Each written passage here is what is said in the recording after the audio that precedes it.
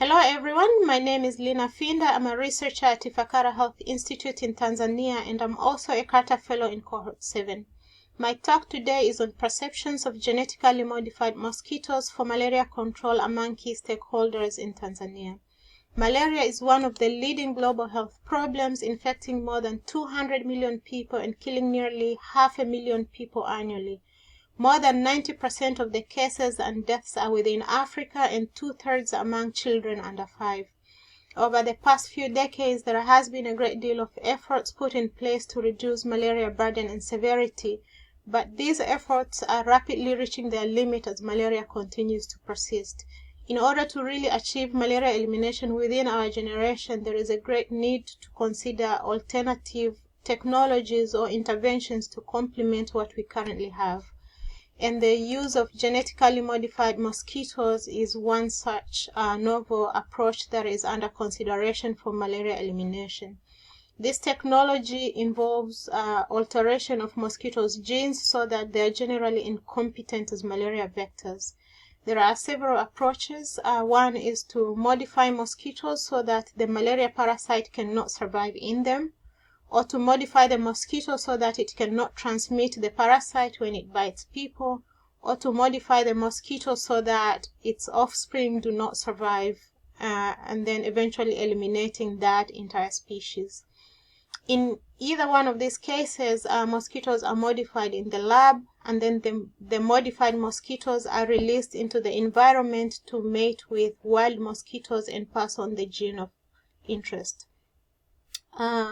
This technology has not been researched anywhere in the country or in Tanzania, and no campaigns about these technologies have been previously done. In my study, I set to explore the awareness and perceptions of this technology among key stakeholders in Tanzania. And the first group that I explored was community members in a malaria endemic setting in southern Tanzania. I conducted a community-based survey with 490 community members. In assessing their levels of awareness, nearly all of them had never heard about this technology, and nearly all did not know how it works. We did ask if they would support it anyways, and about a quarter of them said they would support it. We also conducted focus group discussions with representatives of the community members. And before the discussions, we provided the community members with a brief presentation of this technology, telling them of the different approaches and how they work in malaria control. And after they had some knowledge of the technology, their first reaction was that of fascination, especially the fact that it required so little effort from people compared to the current malaria control interventions. The concept of genetic modification was not new. The community members spoke of their experiences with crossbreeding their domestic animals to get preferred traits, or using hybrid crops. They did advise that all mosquitoes should be eliminated, not just one species, and they also stressed on the need to inform the community and continuously engage the community for this technology to be well accepted.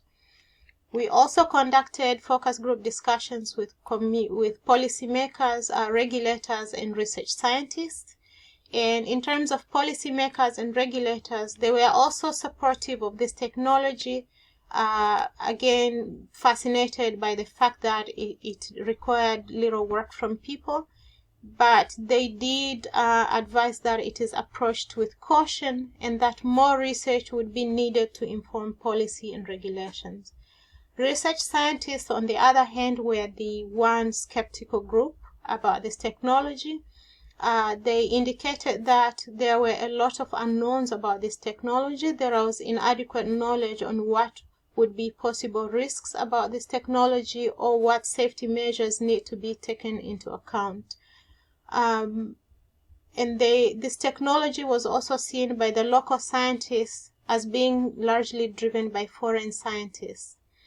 So just in summary, in this study I had set to explore perceptions and awareness of key stakeholders of malaria control in Tanzania about genetically modified mosquitoes. And findings from this study can be really useful when framing strategies to improve public awareness, or when framing strategies to effectively engage the public about this technology. I thank you for listening to me. Thank you.